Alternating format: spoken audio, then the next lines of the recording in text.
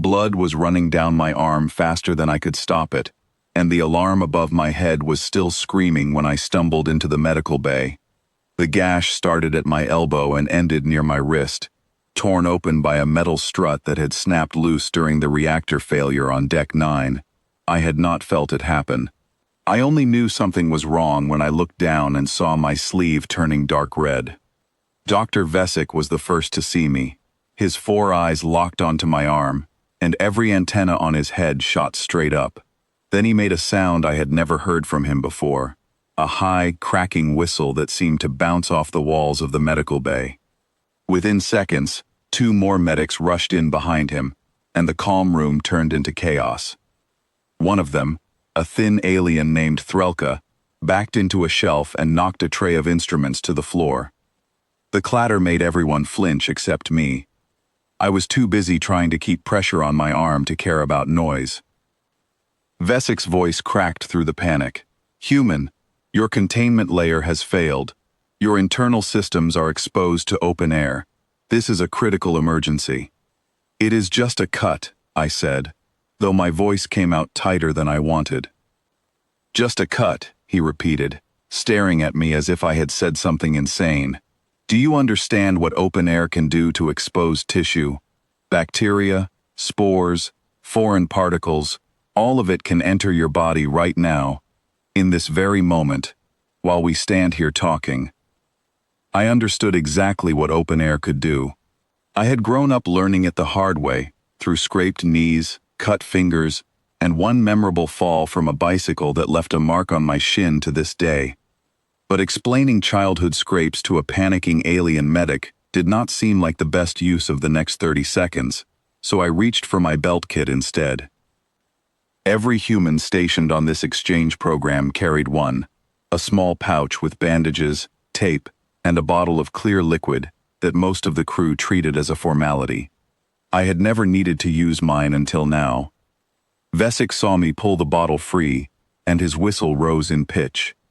"What is that? What are you holding?"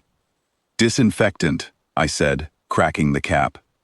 Before he could stop me, I tipped the bottle and poured it straight across the open wound. The reaction in the room was immediate. Vesic let out a sound that I can only describe as a scream, sharp and broken in the middle, like his voice had never been built to make that shape before. Threlka grabbed the medic beside her and pulled her back a full step, as if my wound might somehow spread across the room like fire. A third medic dropped to one knee, hands pressed over the sides of his head. "You poured an unknown chemical directly into an active wound," Vesic said, his voice shaking now. "I watched it burn you. Your face changed. I saw the reaction happen in real time." "It stings a little," I admitted, gritting my teeth as the sharp bite of it settled into my skin. "That is normal. It kills germs before they can get into my blood and cause real trouble." "Normal," Vesic said the word, like it did not belong in his mouth. "You call this normal. Causing yourself pain, on purpose, while fully conscious, with no sedation, and no surgical team present." I did not have time to explain everything to him.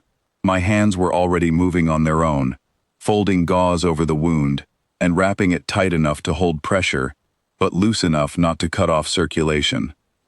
It was a motion I had practiced more times than I could count, first as a teenager learning basic first aid, later in a job that kept a kit in every vehicle I drove. "You get taught this early where I come from," I said, focused on the wrap. "Cuts happen all the time.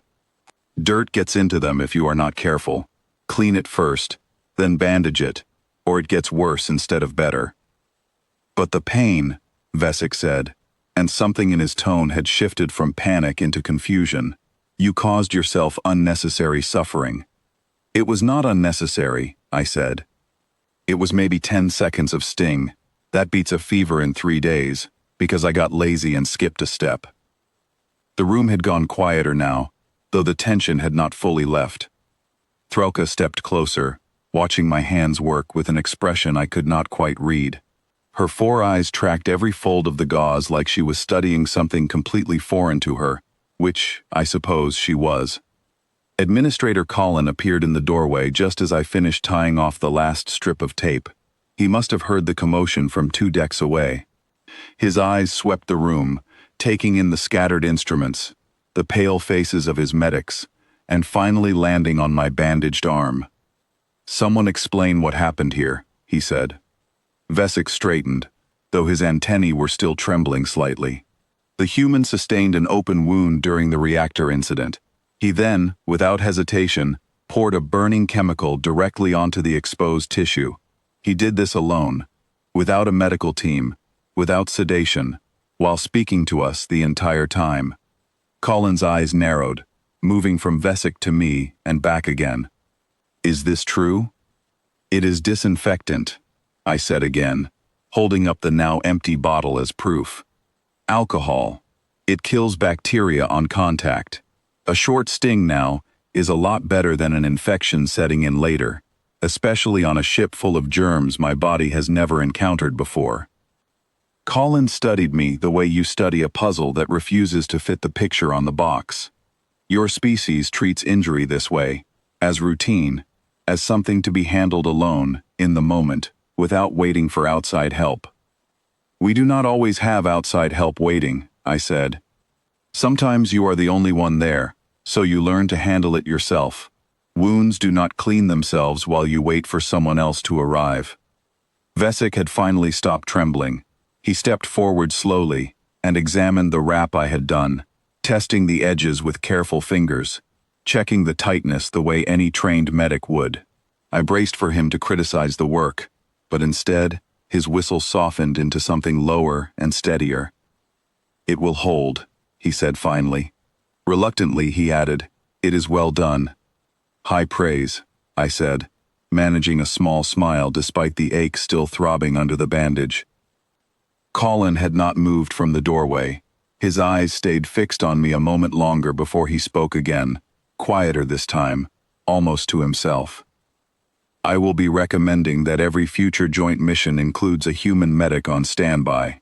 Your species appears to treat disaster as a simple inconvenience rather than a crisis." "I would not go that far," I said, flexing my fingers to make sure everything still worked properly. "We just do not get the luxury of falling apart the moment something goes wrong. Somebody has to keep moving. Might as well be whoever is already hurt, since they already know exactly how bad it is." The whistle that came from Vesic this time was different from before. Lower, almost amused, though I still was not sure his kind smiled the way we did. Threlka finally released the breath she seemed to have been holding since I first walked through the door, and the tension in the room eased into something closer to disbelief. "Humans," Colin said, and it did not sound like a complaint anymore. It sounded like a question he had not finished asking himself. Later, after the bay had cleared and the alarms had finally gone silent, Vesic sat beside me while I waited for the swelling to go down.